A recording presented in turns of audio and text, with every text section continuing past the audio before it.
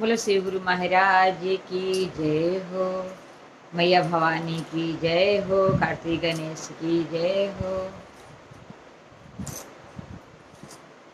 कैसे के रहबू हो गौरा जोगिया के संगावा।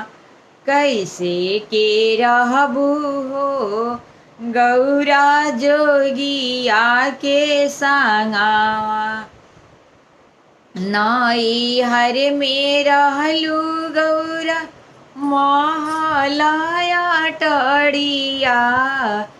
नाई हर में रहलू गौरा महलाया टड़िया। रहे के पड़ी हो, हाँ रहे के पड़ी हो गौरा टूट ही मड़ैया। रहे के पड़ी हो गौरा टूट ही मड़ैया। कैसे के रहबू हो गौरा टूट ही मड़ैया। कैसे के रहबू हो गौरा जोगिया के संगावा। कैसे के रहबू हो गौरा जोगिया के संगावा। नाई हर में खैलू गौरा पुड़िया मिठैया।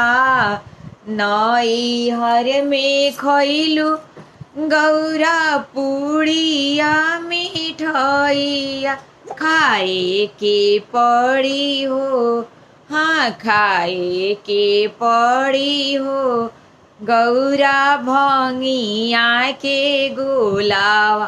खाए के पड़ी हो गौरा भंगिया के गोलावा। कैसे के रहबू हो गौरा जोगिया के संगावा।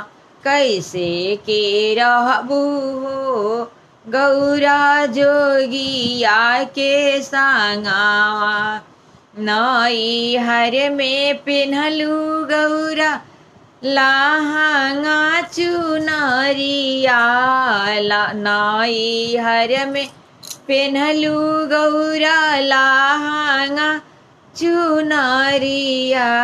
नाई हर में पिन्हलू गौरा लहंगा चुनरिया। पेन्हे के पड़ी हो, हाँ पेन्हे के पड़ी हो गौरा मेरी गा के छलावा। पेन्हे के पड़ी हो गौरा मेरी गा के छलावा। कैसे के रहबू हो गौरा जोगिया के संगावा। कैसे के रहबू हो गौरा जोगिया के संगावा।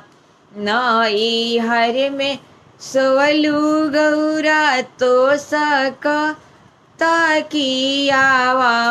नाई हर में सोवलू गौरा तो सक तकियावा। सोवे के पड़ी हो, हाँ सोवे के पड़ी हो गौरा कुसा के चटैया। सोवे के पड़ी हो गौरा कुसा के चटैया। कैसे के रहबू हो गौरा जोगिया के संगावा। कैसे के रहबू हो गौरा जोगिया के संगावा। नाई हर में चढ़लू गौरा कारावा मारुतिया। नाई हर में चढ़लू गौरा कारावा मारुतिया। चढ़े के पड़ी हो, हाँ चढ़े के पड़ी हो गौरा बासा बैलावा।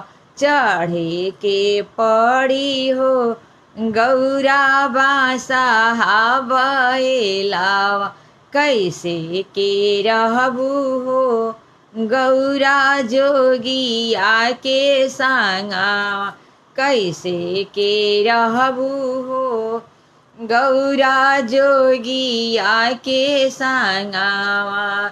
नई हर में घुमलू गौरा सखिया सहेलिया, नई हर में घुमलू गौरा सखिया सहेलिया, रहे के पड़ी हो हाँ घूमे के पड़ी हो गौरा भूत बाए तालावा, रहे के पड़ी हो हाँ घूमे के पड़ी हो गौरा भूत बाए तालावा, कैसे के रहबू हो गौरा जोगिया के संगावा, कैसे के रहबू हो गौरा जोगिया के संगावा।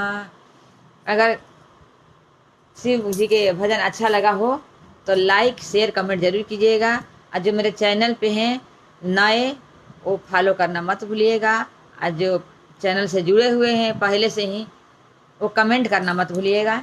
कमेंट में हर हर महादेव जरूर लिखिएगा ताकि मेरा हौसला बढ़ेगा। आजकल कमेंट कम हो गया है, मैं टाइम से वीडियो नहीं डाल रही हूँ, लेट हो जा रहा है।